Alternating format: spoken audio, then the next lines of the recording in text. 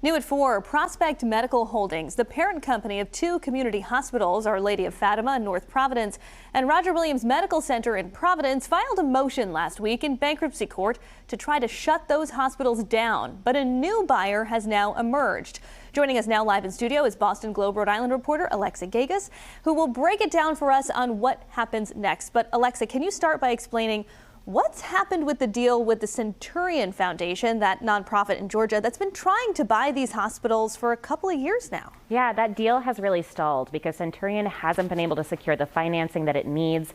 And just to zoom out a little bit, Centurion doesn't have an endowment. They've never owned a hospital before, and they don't plan to put any of their own money in for this deal. It's all funded through bond investors. And the delay has really added some uncertainty and put the entire sale in jeopardy. And it's what's really opened the door to Prospect trying to shut these hospitals down. Which would obviously be a major issue for the state's healthcare system. We did ask the governor earlier this week about this right here on 12 News at 4, what his administration is doing to help these hospitals stay alive. Let's give that a listen.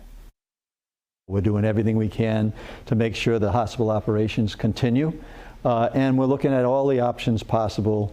Yes, that's true that that Prime is in the mix. That's been brought to us through Rick Charest, who's our Secretary of the OHSS, right, and his connection with that thing. So we've been working with that company as an alternative to the Centurion organization.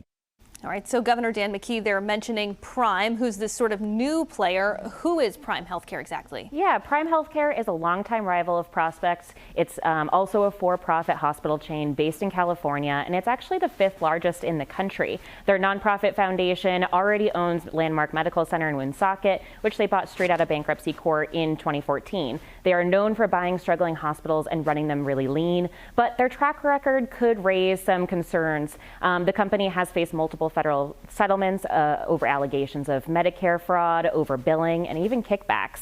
So while Prime could keep the hospitals open, some of the union leaders that I'm talking to that represent the workers at these hospitals worry that Prime might repeat the same kind of problems Rhode Island has faced with Prospect. So there's a lot happening here behind the scenes, and it feels like the clock is ticking. What happens next? Yeah, that's really uncertain at this point. But both the Attorney General and Prospect's attorneys told me that they still feel optimistic, and much more optimistic about reaching a deal this week than they ever have in the past. Last night I spoke to Tom Califano, who's representing Prospect in their bankruptcy hearings, and he told me that they are more than likely going to have an announcement tomorrow morning during a hearing that will detail a new agreement with the state. And again, at the heart of all of this, two hospitals that could be on the brink of closure, really important stuff. Alexa Gagosz, thanks so much for being here. Thank you.